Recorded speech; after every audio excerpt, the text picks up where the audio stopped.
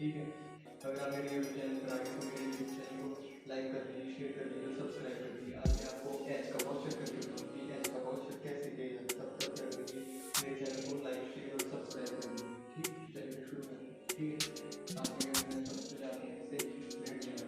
ठीक है, ये हो गया आपकी फर्स्ट लेग है। ठीक है, मैं आपको छोटा एच करके बताऊँगा। ठीक है, मेरे वीडियो के बाद शाम को ऐसे फोल्ड मार दीजिए। ठीक है, ये फोल्ड मार दीजिए। पेट में रखिए, ये हो गया। ठीक है, फिर उसके बाद आपने क्या करना है,